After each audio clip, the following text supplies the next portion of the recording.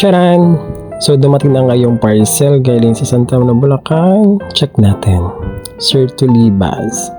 So, ito ay mga bagong uniform. Although meron man ako mga lumang uniform, no? Ayan. Susukatin natin. Ito yung mga prescribed ng DepEd, no? So, ito yung Monday. Ayan, ang Monday. So, ang kapartner niya ay medium gray pants. This one is Tuesday. Ito yung mga luma kong uniform.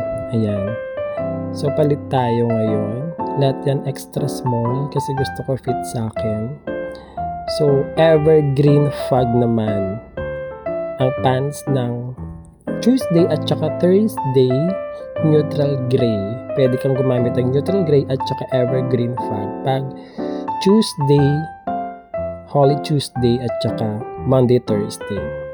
Wednesday, ito yung luma kong uniform. Psh, yan. So, pag Wednesday naman, ay charcoal gray naman sa pants. Small ang aking pants. Maganda siya kasi garterize sa likod. Ayan. Meron din ako mga uniform. Siguro 4 yung uniform ko ng Wednesday.